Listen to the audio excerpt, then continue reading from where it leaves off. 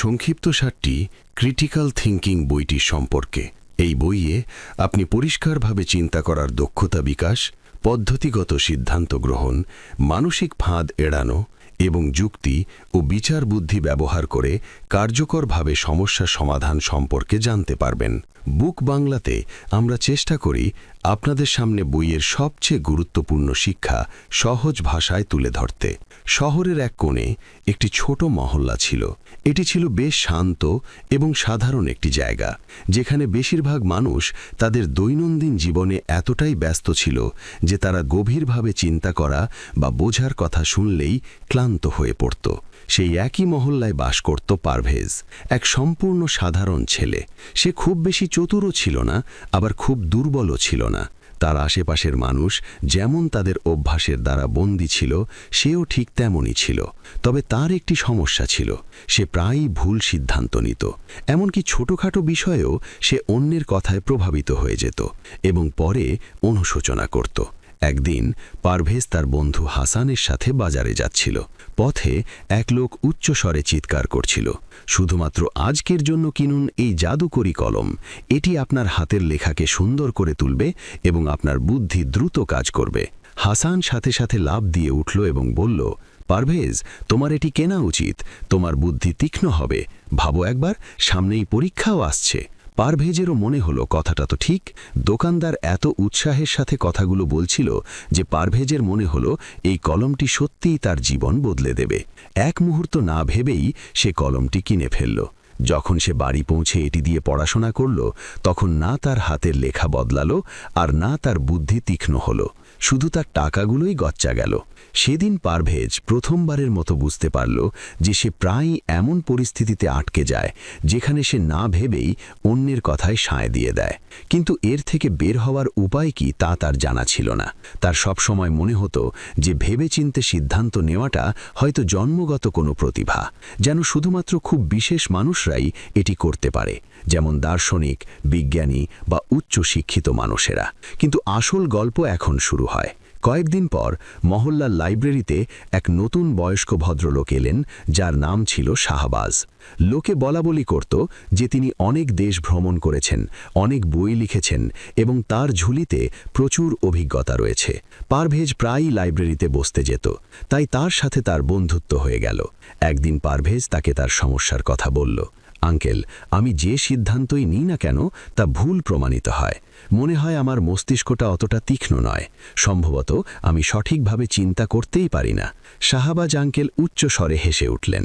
বাবা, চিন্তা করার ক্ষমতা জন্মগতভাবে কেউ পায় না। এটিও একটি দক্ষতা, ঠিক যেমন সাইকেল চালানো শেখা বা রান্না করা শেখা। এতে পড়ে যাওয়া আছে, আবার উঠে দাঁড়ানোও আছে। এর জন্য অনুশীলন করতে হয়। একেই বলে ক্রিটিক্যাল থিঙ্কিং বা সমালোচনামূলক চিন্তাভাবনা।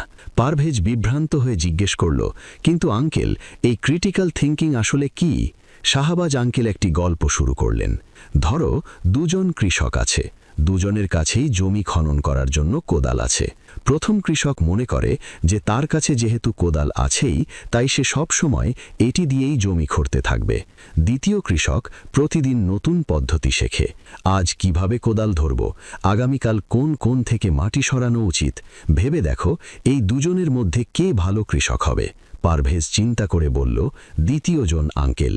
শাহবাজ আঙ্কেল বললেন, ঠিক ওটাই হলো ক্রিটিক্যাল থিঙ্কিং। মস্তিষ্কের কাছে আগে থেকেই সরঞ্জাম থাকে না, কিন্তু তুমি শেখার মাধ্যমে সেগুলোকে আরও ধারালো করতে পারো। মস্তিষ্ককে আরও ভালোভাবে চালানোর জন্য কিছু অভ্যাস, কিছু পদ্ধতি এবং কিছু প্রশ্ন প্রয়োজন, যা তোমাকে ভুল সিদ্ধান্ত থেকে বাঁচায়। এরপর থেকে পারভেজের জীবন ধীরে ধীরে বদলাতে শুরু করল। কিন্তু এই পরিবর্তন হঠাৎ করে আসেনি। প্রতিদিন প্রতিটি ছোটখাটো বিষয়ে সে শেখার নতুন সুযোগ পেতে থাকল। একদিন স্কুলে শিক্ষক বললেন যে আগামী সপ্তাহে স্কুল ট্রিপ বা শিক্ষা সফর হবে। দুটি জায়গার মধ্যে একটি বেছে নেওয়ার সুযোগ ছিল।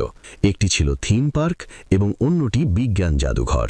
বেশিরভাগ বাচ্চাই থিম পার্কের জন্য চিৎকার করছিল। পারভেজও সেই ভিড়ে যোগ দিল। কিন্তু ঠিক সেই মুহূর্তে তার শাহবাজ আঙ্কেলের কথা মনে পড়ে গেল। ভিড়ের চিন্তা তোমার চিন্তা নয়। তার মনে হলো হয়তো তার নিজেকেই প্রশ্ন করা উচিত যে সে কি চায়। সে ভাবল, আমি নতুন কিছু শিখতে চাই। আমি সবসময় জানতে চেয়েছি মেশিন কিভাবে তৈরি হয়। যদি আমি ভিড়ের কারণে থিম পার্কে চাই, তাহলে সেটা শুধু সাময়িক আনন্দ দেবে, কিন্তু জাদুঘরে গেলে আমি হয়তো এমন কিছু শিখতে পারবো যা আমার জীবনে কাজে লাগবে। সে তার পছন্দ পরিবর্তন করল এবং বিজ্ঞান জাদুঘর বেছে নিল। শুরুতে তার বন্ধুরা তাকে নিয়ে মজা করেছিল, কিন্তু জাদুঘরে গিয়ে সে রোবোটিক্স, সেন্সর এবং 3D প্রিন্টারের জগৎ দেখল। তার চোখ উজ্জ্বল হয়ে উঠল। ফিরে এসে সে বুঝতে পারল যে চিন্তাভাবনা করে বুঝে সিদ্ধান্ত নেওয়া সত্যিই একটি বড় শক্তি, এবং সে এই শক্তিটি শিখছিল। এখন সে বুঝতে শুরু করেছিল যে ক্রিটিক্যাল থিঙ্কিং কোনো অবিশ্বাস্য বা জটিল বিষয় নয়। এটি এমন একটি অভ্যাস যেখানে মানুষ নিজেকে কিছু প্রশ্ন করে, এর প্রমাণ কি? আমি কি অন্য কারো নির্দেশে বিশ্বাস করছি, নাকি আমি নিজে এটি বুঝতে পারছি? যদি আমি উল্টো দিক থেকে চিন্তা করি, তাহলে কি ফলাফল বদলে যাবে? অন্য কোনো দৃষ্টিকোণও কি থাকতে পারে? ধীরে ধীরে এই প্রশ্নগুলো পারভেজের চিন্তার হাতিয়ার হয়ে উঠল। একবার স্কুলে একটি বাচ্চা কাঁদছিল যে শিক্ষক তাকে অপছন্দ করেন, তাই তাকে কম নম্বর দিয়েছেন। বাকি বাচ্চারাও তার সাথে বসে বিশ্বাস করতে শুরু করল যে শিক্ষক ভুল ছিলেন। পারভেজও প্রথমে তাদের সাথে যোগ দিতে যাচ্ছিল, কিন্তু সে নিজেকে প্রশ্ন করল, একটি ঘটনাই কি পুরো সত্য? এর প্রমাণ কি? সে বাচ্চাটিকে কিছু প্রশ্ন করল, তুমি কি তোমার পুরো মন দিয়ে পড়াশোনা করেছিলে? শিক্ষক কি সব বাচ্চাকেই কম নম্বর দিয়েছেন, নাকি শুধু তোমাকে? শিক্ষক কি তোমাকে কখনো বুঝিয়েছেন বা সাহায্য করেছেন? ধীরে ধীরে সত্য বেরিয়ে এলো। বাচ্চাটি নিজেই পড়াশোনায় মনোযোগ দেয়নি, এবং শিক্ষক তার ভালোর জন্যই কড়া মার্কিং করেছিলেন। পারভেজ বুঝতে পারল যে জিনিসগুলো সবসময় সেরকম হয় না যেমনটা প্রথম দেখায় মনে হয়। ক্রিটিক্যাল থিঙ্কিং তাকে বিভ্রান্তি থেকে রক্ষা করে। শাহবাজ আঙ্কেল তাকে প্রতিদিন একটি ছোট অভ্যাস শেখাতেন।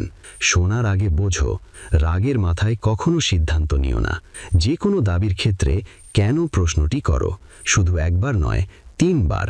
যদি কেউ তোমাকে ভয় দেখিয়ে সিদ্ধান্ত নিতে বাধ্য করে, তাহলে বুঝে নিও তারা তোমাকে ভুল পথে নিয়ে যাচ্ছে।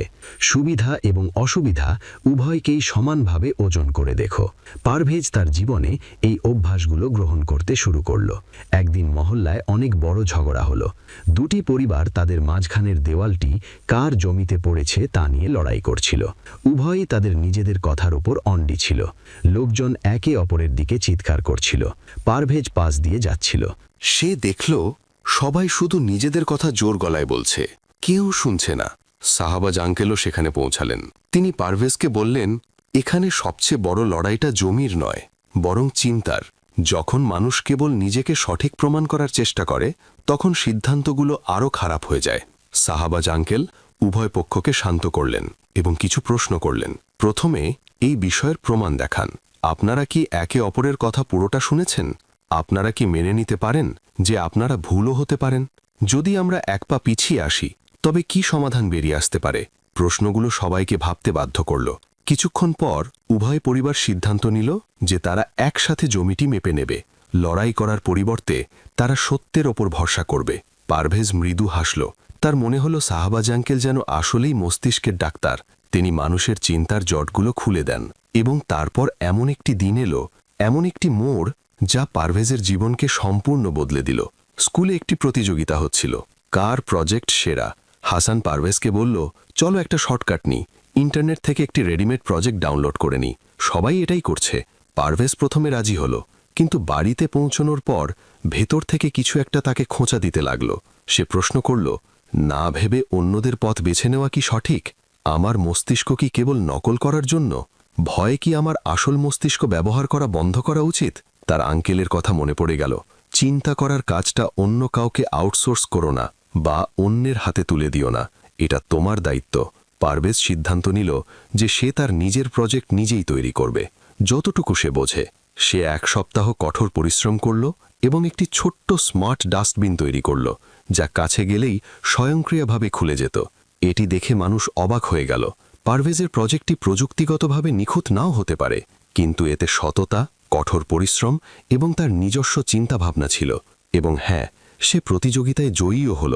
সেদিন সন্ধ্যায় শাহবাজ আঙ্কেল তার পিঠ চাপড়ে দিলেন। দেখো বাবা, ক্রিটিক্যাল থিঙ্কিং মানে অন্য কাউকে অনুকরণ করা নয়, এটি নিজের চিন্তাকে জাগিয়ে তোলার নাম। এবং সবচেয়ে গুরুত্বপূর্ণ হল, এটি শেখা যায়। তুমি শিখছ, তুমি বড় হচ্ছ। পারভেজ হাসল। সে অনুভব করল যে তার মস্তিষ্ক আর আগের মতো নয়। সে নিজেকে প্রতিদিন একটু একটু করে ভালো হতে দেখল। কয়েক মাসের মধ্যে পারভেজ তার ক্লাসে এমন একটি ছেলেতে পরিণত হল যার কাছে মানুষ পরামর্শ নিতে আসত। সে খুব শিক্ষিত ছিল বলে নয়, বরং সে কোনো কিছুতে তাড়াহুড়ো করত না বলে। সে চিন্তা করত, প্রশ্ন করত এবং সঠিক যুক্তি খুঁজে পাওয়ার পরই কথা বলত। তার শান্তি এবং বোধশক্তি দেখে মানুষ বলতো, তুমি অনেক জ্ঞানী হয়ে গেছ।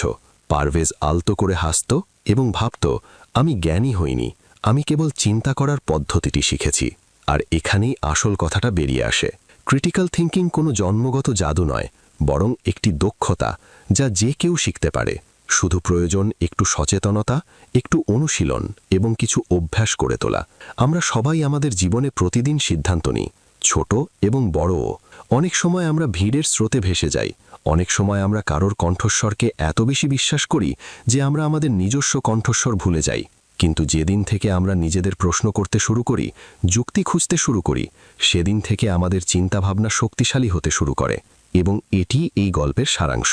ভুল সিদ্ধান্ত আপনার ভাগ্য নয় এবং অকেজো যুক্তি আপনার সীমা নয়। মস্তিষ্কের উন্নতি করা, চিন্তাভাবনাকে শক্তিশালী করা এবং সঠিক সিদ্ধান্ত নেওয়ার ক্ষমতা, এ সবই শেখা যায়। শুধু পারভেজের মতো একটি ছোট শুরু করতে হবে। চিন্তার একটু অনুশীলন, নিজের মস্তিষ্কের ওপর একটু বিশ্বাস এবং সত্যের পথে এক পা করে এগিয়ে যাওয়া। ধীরে ধীরে আপনিও আপনার চিন্তাভাবনাকে এতটাই শক্তিশালী করে তুলতে পারবেন যে পৃথিবীর কোনো কথা আপনাকে সহজে বিভ্রান্ত করতে পারবে না। এবং এটিই হলো আসল ক্রিটিক্যাল থিঙ্কিং, যা শেখার যোগ্য, সহজ এবং সবার জন্য। পারভেজের জীবন আগের মতো ছিল না। ক্রিটিক্যাল থিঙ্কিং শেখার পর তার মধ্যে এক অদৃশ্য দ্যুতি এসেছিল। আগে সে ছোটখাটো বিষয়ে জড়িয়ে পড়ত, সে তাড়াহুড়ো করে সিদ্ধান্ত নিত এবং পরে অনুশোচনা করত। কিন্তু এখন সে সবকিছুর দিকে একটু মনোযোগ দিয়ে, একটু চিন্তা ও বিবেচনার সাথে তাকাতে শুরু করেছিল। কিন্তু আসল চ্যালেঞ্জটা এখন আসতে যাচ্ছিল। এমন একটি চ্যালেঞ্জ যেখানে সমস্যাটি কেবল চিন্তা করে নয়, বরং একটি পদ্ধতিগতভাবে সমাধান করতে হবে। কারণ জীবনে এমন কিছু সিদ্ধান্ত থাকে যেখানে যা ভালো লাগে বা মন যা বলে সে অনুযায়ী চলা যায় না। সেখানে মনের একটি কাঠামোর প্রয়োজন হয়, ধাপে ধাপে এগিয়ে যাওয়া। ঠিক যেমন কেউ গণিতের সমস্যার সমাধান করে। পারভেজ এটি এখনও সঠিকভাবে বুঝতে পারেনি। সে শুধু জানত যে সে আগের চেয়ে ভালো হচ্ছে। কিন্তু সাহাবা জাঙ্কেলের মতে পারভেজকে এখনও আরেকটি গুরুত্বপূর্ণ দক্ষতা শিখতে হবে, সিস্টেম্যাটিক ডিসিশন মেকিং এবং প্রবলেম সলভিং, বা পদ্ধতিগত সিদ্ধান্ত গ্রহণ এবং সমস্যা সমাধান। এবং সে এই শিক্ষাটি এমন একটি পরিস্থিতিতে পেতে যাচ্ছিল যা তার প্রয়োজন ছিল এবং যা সে আশাও করেনি। একদিন স্কুলে হঠাৎ তথ্য এলো যে মহল্লায় একটি বড় আন্তঃস্কুল সায়েন্স মেলা হতে যাচ্ছে। প্রতিটি দলকে একটি প্রজেক্ট তৈরি করতে হবে, কোনো মেশিন, কোনো মডেল বা কোনো আদর্শ যা মানুষের জীবনকে সহজ করতে পারে। স্কুলের প্রধানই নিজে দলনেতা বেছে নেবেন। সবার চোখ সেই ছেলের দিকে স্থির ছিল যার চিন্তা করার পদ্ধতি বদলে গেছে, পারভেজ। তার নাম ঘোষণা করা হলো এবং পুরো ক্লাস হাততালি দিতে শুরু করল। প্রথমে পারভেজ খুশি হলো, কিন্তু সাথে সাথেই সে কিছুটা ভয়ও পেল। বিজ্ঞান মেলা কোনো খেলা নয়, এটি একটি বড় সুযোগ। এবং যদি সে ভুল সিদ্ধান্ত নেয় বা প্রজেক্টটি ভুল হয়, তাহলে এটি কেবল তার ক্ষতি হবে না, বরং পুরো ক্লাসের ক্ষতি হবে। সেদিন রাতে সে বাড়িতে বসেছিল, ভয় এবং উত্তেজনা দুটোই কাজ করছিল। ঠিক তখনই লাইব্রেরি থেকে ফেরার পথে সাহাবা জাঙ্কেল তার সাথে দেখা করলেন এবং বললেন, তোমার চেহারা দেখে মনে হচ্ছে যেন তুমি পৃথিবীর বোঝা বহন করছো। কেন? পারভেজ বিষয়টি খুলে বলল এবং বলল, আঙ্কেল, এবার ভুলের কোনো জায়গা নেই। আমি কিভাবে সিদ্ধান্ত নেব যে কোন প্রজেক্টটি তৈরি করব? আমি কিভাবে সিদ্ধান্ত নেব কাকে দলে রাখব?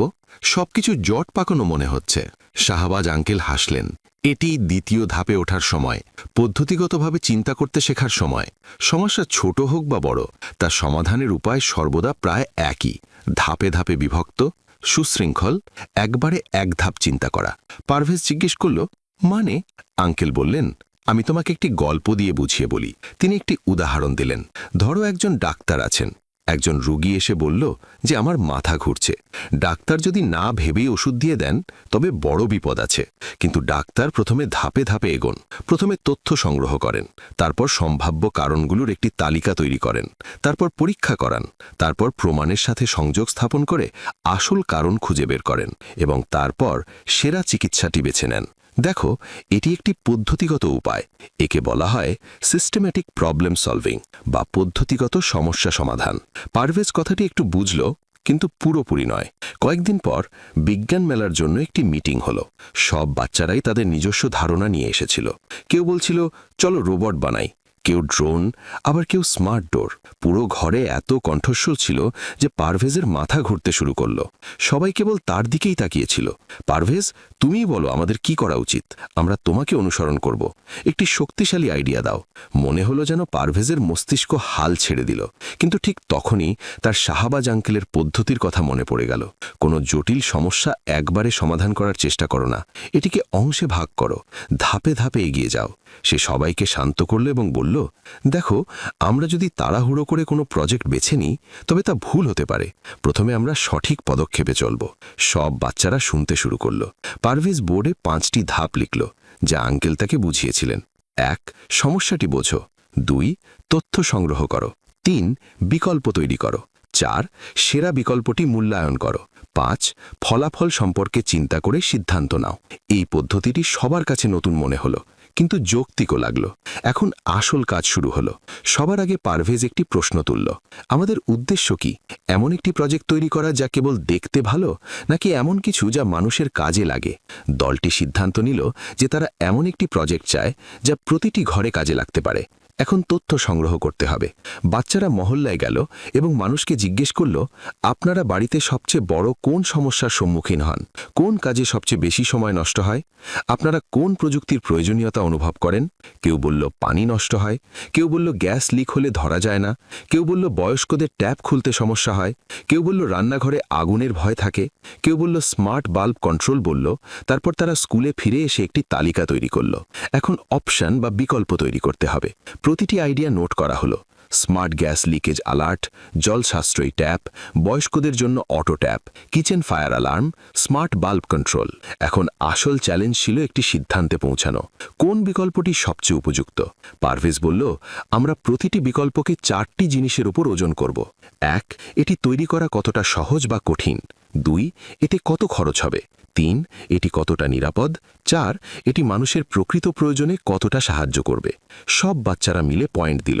প্রতিটি আইডিয়ার সুবিধা এবং অসুবিধা সামনে এলো। শেষ পর্যন্ত সবচেয়ে ভারসাম্যপূর্ণ এবং কার্যকর বিকল্পটি উঠে এলো, বয়স্ক এবং শিশুদের জন্য অটো ট্যাপ।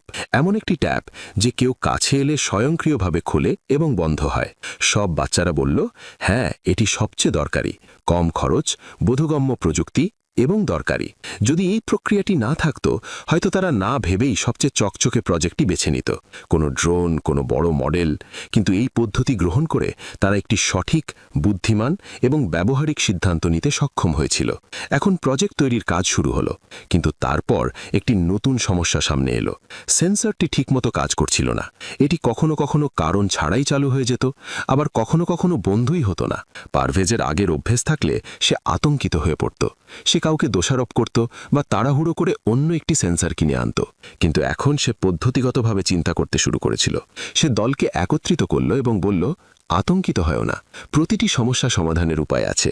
আমরা ধাপে ধাপে দেখব সমস্যাটি কোথায়। তারা সমস্যাটিকে 3টি ভাগে ভাগ করল, সেন্সর, ওয়্যারিং, কন্ট্রোলার। প্রথমে সেন্সর পরীক্ষা করা হলো, এটি ঠিক ছিল। তারপর ওয়্যারিং, সেখানে একটু আলগা সংযোগ পাওয়া গেল। অবশেষে কন্ট্রোলার, এর কোডটি একটু ভুল ছিল। ধাপে ধাপে এগিয়ে যাওয়ায় সমস্যার আসল কারণটি নিজেই বেরিয়ে এলো। যদি তারা তাড়াহুড়ো করত, হয়তো পুরো প্রজেক্টই নষ্ট হয়ে যেত। এখন ধীরে ধীরে প্রজেক্টটি তৈরি হতে লাগলো। দলের মধ্যে পারস্পরিক সমন্বয় বাড়ছিল। পারভেজ অনুভব করল যে পদ্ধতিগতভাবে কাজ করলে মানসিক স্ট্রেসের পাশাপাশি ভুলও কমে যায়। যেমন অন্ধকারে টর্চ জ্বালালে পথ পরিষ্কার দেখায়। কিন্তু আসল পরীক্ষা তখনও বাকি ছিল। বিজ্ঞান মেলার সকালে প্রবল বৃষ্টি হচ্ছিল। পুরো স্কুল কাদায় ভরে গেছিল। অনেক প্রজেক্ট ভিজে গেছিল। বাচ্চাদের মুখ বিষণ্ণ ছিল। পানির ঝাপটায় পারভেজের দলের প্রজেক্টটিও একটু নড়ে গেছিল। অনেক দল প্রজেক্ট পরিবর্তন করে নতুন সহজ আইডিয়া উপস্থাপন করতে চাইল। কিছু বাচ্চা আতঙ্কিত হয়ে বলল, পারভেজ, আমাদেরটা নষ্ট হয়ে যাবে, চলো অন্য কোনো মডেল বানাই। কিন্তু পারভেজ দীর্ঘশ্বাস নিয়ে বলল, এটিই পদ্ধতিগত চিন্তার আসল সময়। প্রথমে পরিস্থিতিটি বুঝি, তারপর ক্ষতির মূল্যায়ন করি, তারপর আমরা সিদ্ধান্ত নেব আমাদের কি করতে হবে। তারা প্রথমে প্রজেক্টটি পরীক্ষা করল। সেন্সরটি ঠিক ছিল, কোড কাজ করছিল, শুধুমাত্র ব্যাটারির কাভারটি আলগা হয়ে গেছিল। তারা টেপ দিয়ে সেটিকে শক্তিশালী করল। সবাই প্রতিটি ফাংশন আবার পরীক্ষা করল এবং আঙ্কেলের শেখানো নিয়মটি পুনরাবৃত্তি করল। নার্ভাসনেস বা ঘাবড়ে যাওয়া চিন্তাভাবনাকে ঝাপসা করে দেয়। সিস্টেম থিঙ্কিং বা পদ্ধতিগত চিন্তা এটিকে পরিষ্কার করে। শেষ পর্যন্ত প্রজেক্টটি সঠিকভাবে কাজ করতে শুরু করল। দলটি স্বস্তির নিঃশ্বাস ফেলল। মেলা শুরু হলো। চারপাশে বাচ্চারা তাদের দুর্দান্ত মডেল দেখাচ্ছিল, বড় রোবট, চকচকে ড্রোন, নাচের আলো। যদিও পারভেজের দলের অটো ট্যাপটি ছোট ছিল, কিন্তু প্রতিটি জাজের সামনে তারা থামলেন। তারা জিজ্ঞেস করলেন, এটি কোন মানুষের জন্য সবচেয়ে বেশি উপকারী? এর খরচ কি কম রাখা সম্ভব? এটি কি দৈনন্দিন জীবনে কাজে লাগবে? পারভেজ এবং তার দল প্রতিটি প্রশ্নের একটি স্বচ্ছ, যৌক্তিক এবং পদ্ধতিগত উত্তর দিল, কারণ তারা প্রতিটি পদক্ষেপ ভেবে চিনতে নিয়েছিল। তাদের প্রতিটি পয়েন্টের জন্য একটি কারণ ছিল, প্রতিটি পদক্ষেপের জন্য একটি উদ্দেশ্য ছিল। মেলার শেষে যখন ফলাফল এলো, সবার চোখ মঞ্চের দিকে ছিল এবং আরপর ঘোষণা করা হলো, প্রথম স্থান পারভেজ এবং তার দল, অটো ট্যাপ প্রজেক্ট। পুরো স্কুল করজালিতে মুখরিত হয়ে গেল। পারভেজের মুখ উজ্জ্বল হয়ে উঠল। কিন্তু এবার সেই উত্তেজনা একার থাকা ছিল না। এটি ছিল পুরো দলের, এটি ছিল পদ্ধতির এবং এটি ছিল চিন্তাভাবনার। শাহবাজ আঙ্কেলও সেখানে এলেন। তিনি পারভেজের কাঁধে হাত রাখলেন এবং বললেন, এখন বুঝতে পারছো বাবা, সঠিক সিদ্ধান্ত নেওয়া কোনো জাদু নয়। এটি একটি প্রক্রিয়া, একটি সিস্টেম যা যে কেউ শিখতে পারে, যদি সে তাড়াহুড়ো ছেড়ে ধাপে ধাপে চলতে শেখে। পারভেজ আলতো করে হাসল। তার মনে হলো, ক্রিটিক্যাল থিঙ্কিং যদি তার চোখ খুলে দিয়ে থাকে, তবে সিস্টেমেটিক প্রবলেম সলভিং তাকে দিক নির্দেশনা দিয়েছে। এখন প্রতিটি কঠিন কাজ তার কাছে সহজ মনে হতে শুরু করেছিল, যেন জীবনের প্রতিটি সমস্যা কোনো বড় জট নয়, বরং ছোট ছোট অংশে বিভক্ত একটি সমাধানযোগ্য ধাঁধা। এবং সেদিন সে নিজেকে প্রতিশ্রুতি দিল যে জীবন যতই জটিল হোক না কেন, সে প্রতিটি সিদ্ধান্ত তাড়াহুড়ো করে নয়, বরং পদ্ধতিগত চিন্তার মাধ্যমে নেবে। কারণ চিন্তাভাবনা যখন পদ্ধতিগত হয়, তখন পথ পরিষ্কার দেখাতে শুরু করে। ভুল কমে যায় এবং ভয় নিজেই অদৃশ্য হয়ে যায়। এটি ছিল পারভেজের আসল বিজয়, প্রজেক্টের নয়, বরং তার চিন্তা ভাবনার বিকাশের। বিজ্ঞান মেলার পর পারভেজ মহল্লায় ছোটখাটো হিরোর মতো হয়ে গিয়েছিল। লোকেরা বলাবলি করত যে তার চিন্তা ভাবনা বদলে গেছে। সে আগের চেয়ে অনেক বেশি বুদ্ধিমান, শান্ত এবং যুক্তিবাদী হয়ে উঠেছে।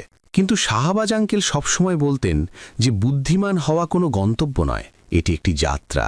প্রতিটি পদক্ষেপে নতুন কিছু শিখতে হয়। পারভেজ ক্রিটিক্যাল থিঙ্কিং এবং সিস্টেমেটিক ডিসিশন মেকিংয়ে বেশ অনেকটা এগিয়ে গিয়েছিল। কিন্তু আঙ্কেল জানতেন যে চিন্তার এই যাত্রা যদি সম্পূর্ণ করতে হয়, তবে আরও একটি বড় বিষয় বুঝতে হবে, মনের সেই কৌশলগুলো বা ট্রিক্সগুলো চেনা যা আমাদের ভুল সিদ্ধান্ত নিতে বাধ্য করে, অর্থাৎ কগনিটিভ বায়াসেস বা লজিক্যাল ফ্যালাসিস বা যৌক্তিক বিভ্রান্তি।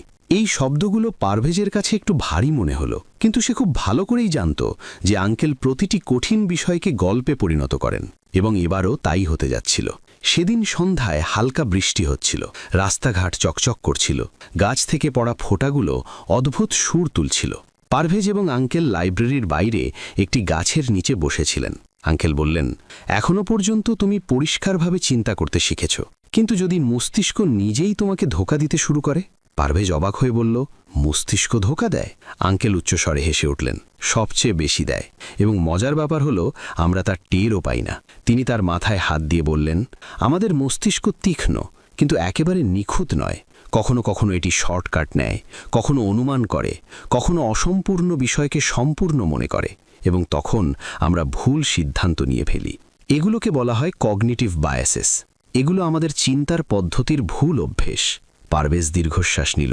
তাহলে আমিও কি এই ভুলগুলো করি? আঙ্কেল বললেন, প্রতিটি মানুষ করে।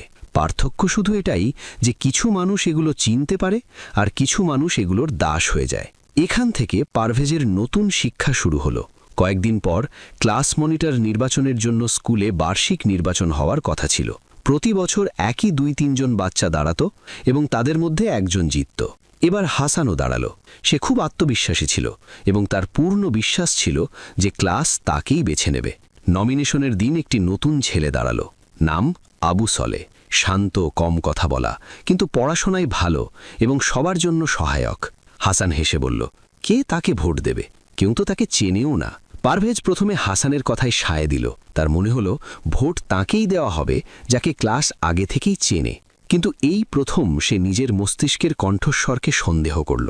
তার মনে হলো সে হয়তো কেবল এজন্যই এমন ভাবছে কারণ হাসান তার বন্ধু, আঙ্কেল হাসলেন এবং জিজ্ঞেস করলেন, তুমি কেন মনে করো যে হাসান সঠিক পছন্দ? পারভেজ বলল, কারণ সে সবসময় জেতে, সবাই তাকে চেনে, সে আমার বন্ধু। আঙ্কেল বললেন, বাবা, এই চিন্তা তোমার নয়, তোমার কনফার্মেশন বায়াস কথা বলছে। তুমি কেবল সেটাই বিশ্বাস করছো যা তোমার আগের চিন্তার সাথে মেলে। পারভেজ চমকে উঠল। মানে? আঙ্কেল ব্যাখ্যা করলেন, কনফার্মেশন বায়াস ঠিক তখনই হয় যখন তুমি কেবল সেই জিনিসগুলোই খোঁজো যা তোমার বিশ্বাসকে সঠিক প্রমাণ করে এবং বাকি বিষয়গুলো উপেক্ষা করো। পারভেজের মনে হলো যেন কেউ তার মস্তিষ্ক থেকে পর্দা সরিয়ে দিয়েছে। সে বুঝতে পারল যে সে আবু সলেকে উপেক্ষা করছিল, কারণ তার মনে আগেই একটি ছবি তৈরি হয়ে গিয়েছিল। পরের দিন পারভেজ আলাদাভাবে দুই প্রার্থীর কাজ বুঝতে শুরু করল। সে আবু সলেকে জিজ্ঞেস করল কেন সে মনিটর হতে চায়। আবু সলে বলল, ক্লাসে যে বাচ্চারা চুপচাপ থাকে, কেউ তাদের কথা শোনে না। আমি চাই প্রতিটি বাচ্চার কণ্ঠস্বর শোনা হোক এবং শৃঙ্খলা কঠোরতার মাধ্যমে নয়, বরং বোঝাপড়ার মাধ্যমে আসুক। পারভেজের মনে হল আবু সলের দৃষ্টিভঙ্গি অত্যন্ত ভারসাম্যপূর্ণ। সে দেখল যে তার মস্তিষ্ক আগে একটি ভুল ধারণায় স্থির হয়ে গিয়েছিল এবং এটি কেবল একটি উদাহরণ ছিল। সেই একই দিনে আরও একটি মজার ঘটনা ঘটল। গণিতের শিক্ষক বললেন যে ক্লাসে প্রথম হওয়া শিশু বা টপার শিশুটি একটি বিশেষ পুরস্কার পাবে। কয়েক মিনিটের মধ্যেই এই খবর ছড়িয়ে পড়ল যে মুসা পুরস্কার পাবে। কারণ কি? সে দেখতে সবসময় স্মার্ট বা চটপটে। কোনো প্রমাণ নেই, কোনো যাচাই নেই, শুধু একটি অনুমান।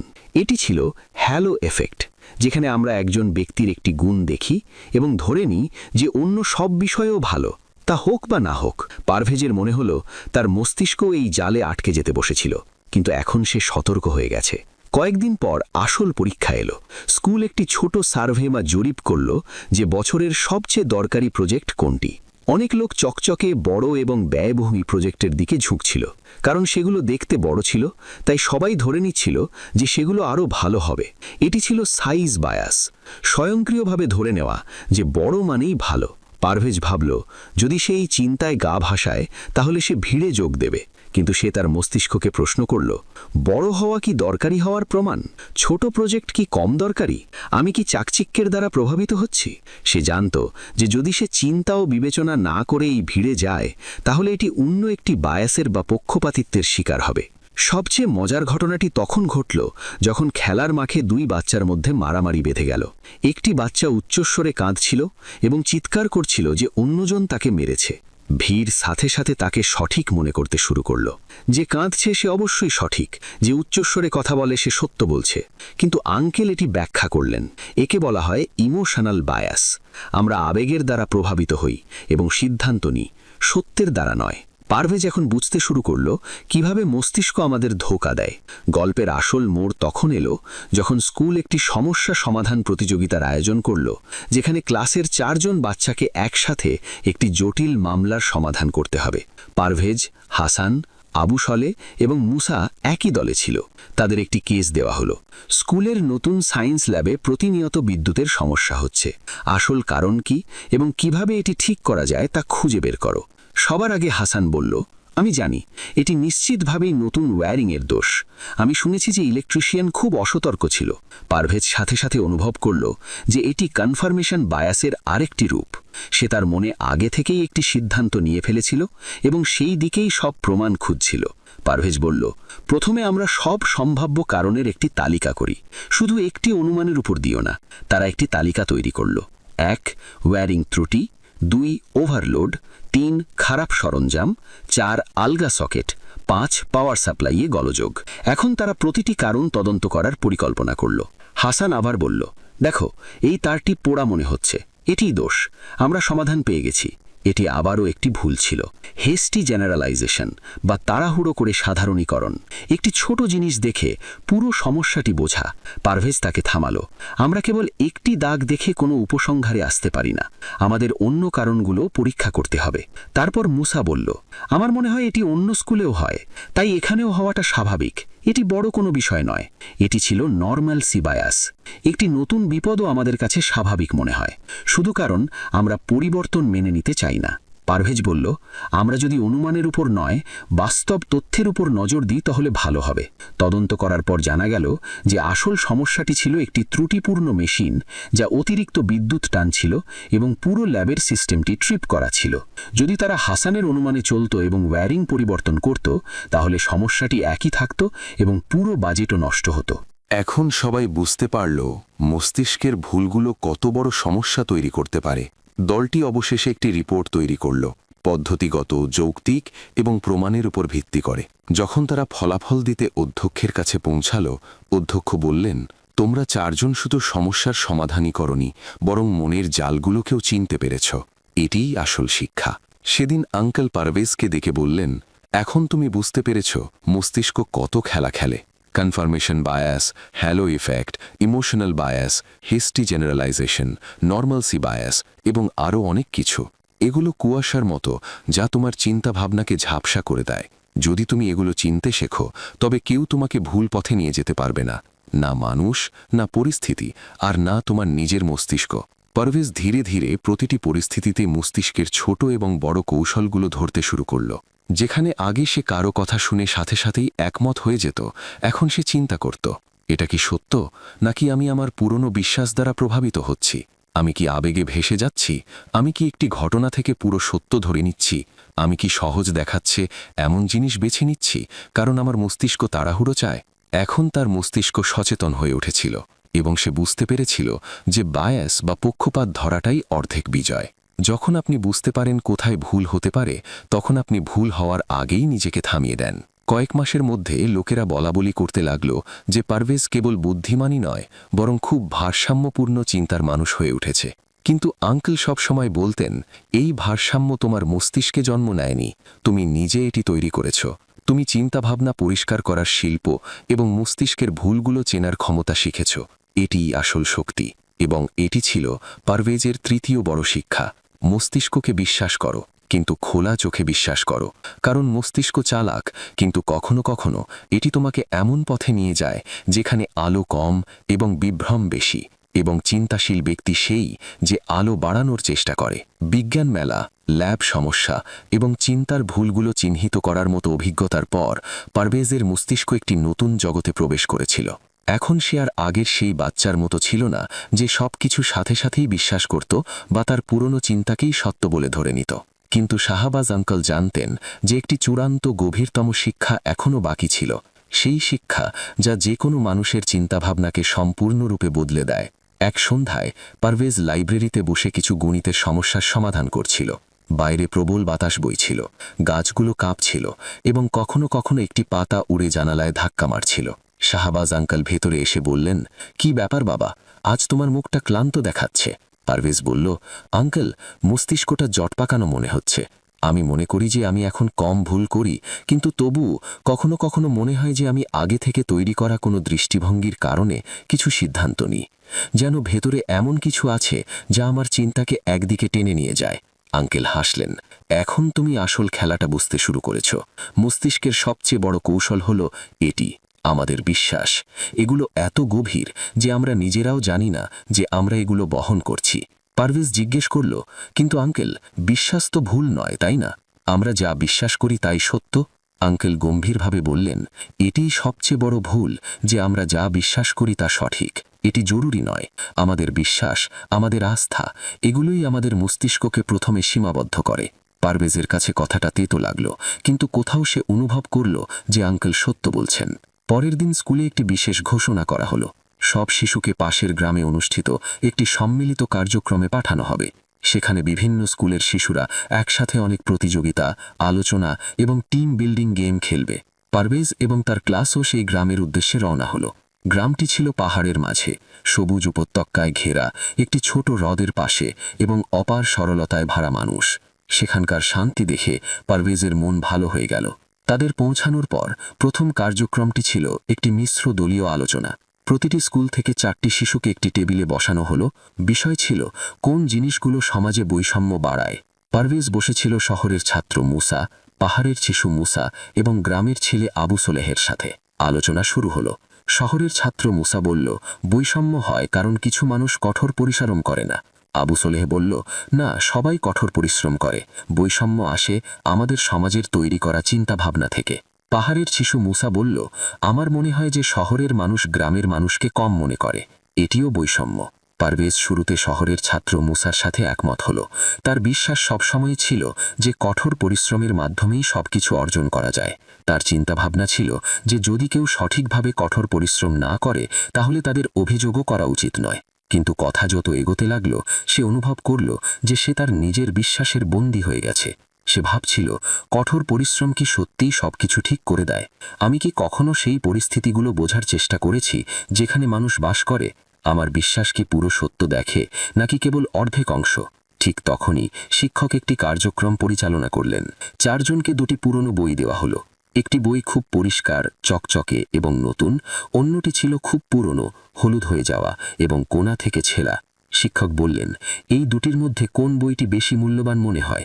শহরের ছাত্র মুসা এবং পাহাড়ের শিশু মুসা সাথে সাথেই বলল, প্রথমটি। আবু সোলেহ চুপ করে রইল। পারভেজও প্রথমে একই ভাবছিল, কিন্তু এবার তার ভেতরে কিছু একটা টান দিল। তারা বইগুলো খুলল।